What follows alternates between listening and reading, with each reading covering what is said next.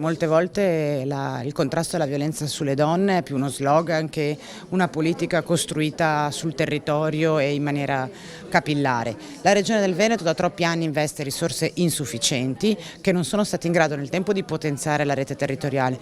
Oggi su questa rete già provata da anni e anni di sottofinanziamento c'è la grande scure della nuova intesa della Conferenza Stato-Regioni che per i parametri che prevede come requisiti minimi richiesti per essere accreditate come centro riconosciuto, tra i vari ce ne sono alcuni che sono davvero inapplicabili nella rete della nostra regione, a partire primariamente dalla necessità di avere un call center con l'apertura garantita 24 ore su 24 e 7 giorni su 7.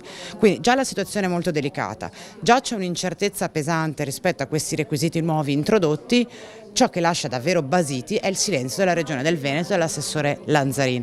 L'intesa è stata siglata nel settembre del 2022, esploderà i propri effetti diretti al marzo 2024. Ad oggi non è dato sapere, uno, quali sono le intenzioni della Regione e dell'assessore Lanzarin, due, quale sarà la sorte della stragrande maggioranza dei centri antiviolenza e delle case rifugio della nostra Regione che non saranno in grado di adempiere a tutti i requisiti richiesti contemporaneamente.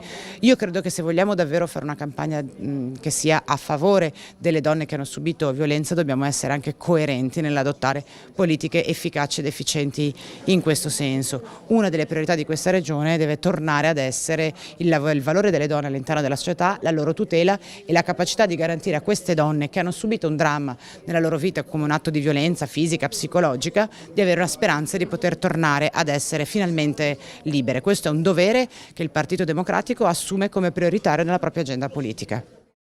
Si chiede sempre di più a case rifugio, centri antiviolenza, a tutta la rete di supporto delle donne, ma non si danno risorse adeguate. Pensiamo che l'investimento di 1 milione di euro da parte della Regione rimane lo stesso negli anni.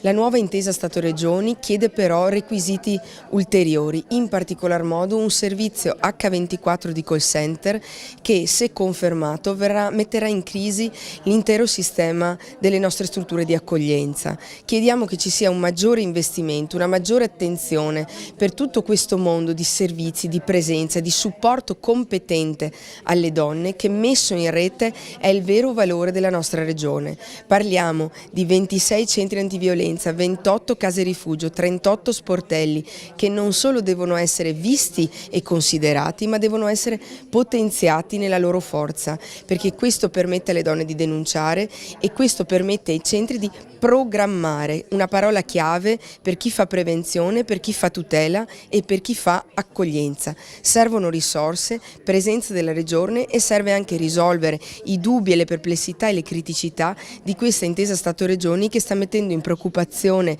e in subbuglio giustamente un intero sistema di accoglienza.